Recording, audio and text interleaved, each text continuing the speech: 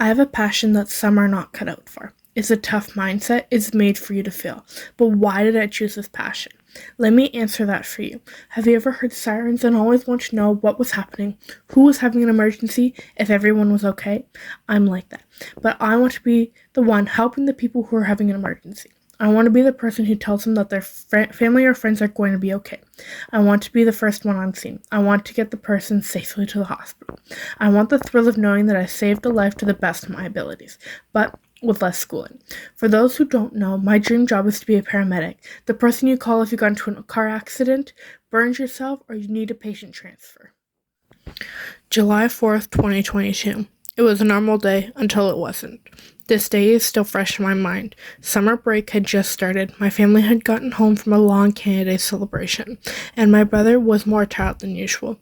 He was always asleep. He had fallen asleep at fireworks on the 1st. I had just started summer school that day, civics and careers, and I had headed upstairs to make my lunch. I was still in my pajamas. My mom and daycare kids were also eating lunch.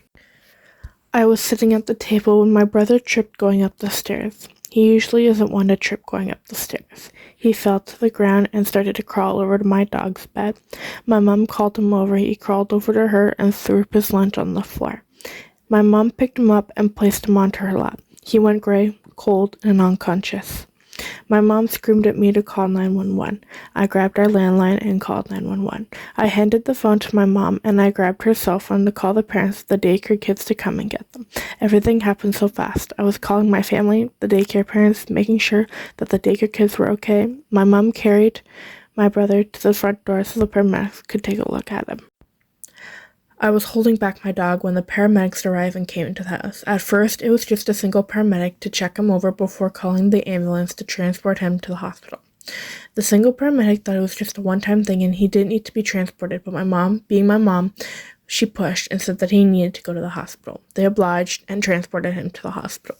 At that time, my dad arrived home when they were lifting him into the ambulance. My dad stayed home with me. When my aunts and my nana had arrived before my dad, because the daycare child left. The mother of the last daycare child showed up about 5 to 10 minutes after the ambulance left.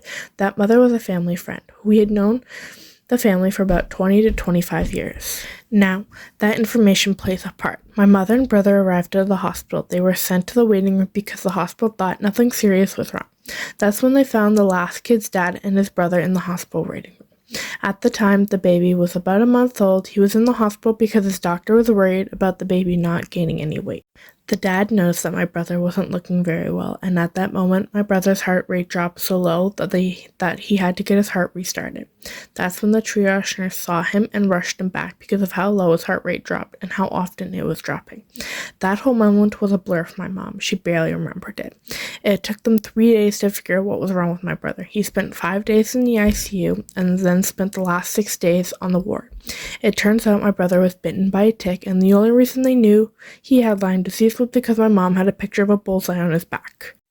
My brother had Lyme carditis, which affected his heart. It affected his heart and his body so badly that they had to call a hospital in Toronto because they had no idea how to treat it. It was the first case of Lyme carditis in Ottawa.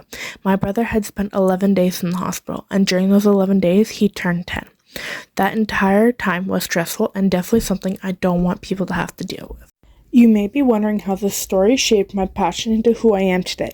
I want to save people. I want to help people on their worst day. My love for helping people and this story shaped my passion into wanting to be a paramedic.